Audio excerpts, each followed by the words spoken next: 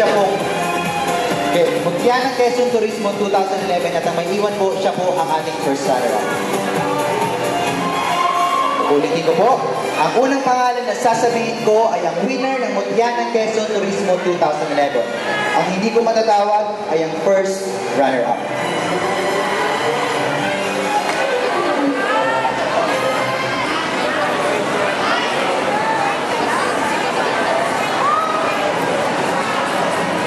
Ladies and gentlemen, the winner of Mutya ng Quezon Turismo 2011 is candidate number...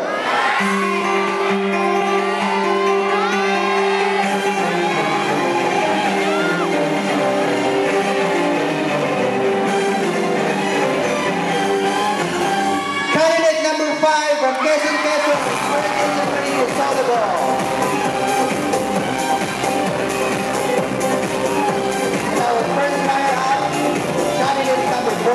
Evangeline Manguera ng Monisen, Quezon.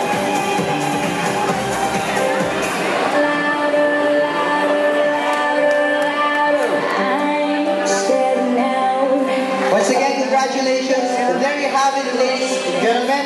Our new Mutya ng Quezon Turismo candidate number 5 is Per Mason Learning Crisologo of Quezon, Quezon. Thank you very much for joining us this afternoon. Join us again next year for the 2012 Mutya ng Quezon Turismo. I am Nicole Rodriguez. And I am Jasper. Mabuhay ang Quezonians. Maraming salamat po.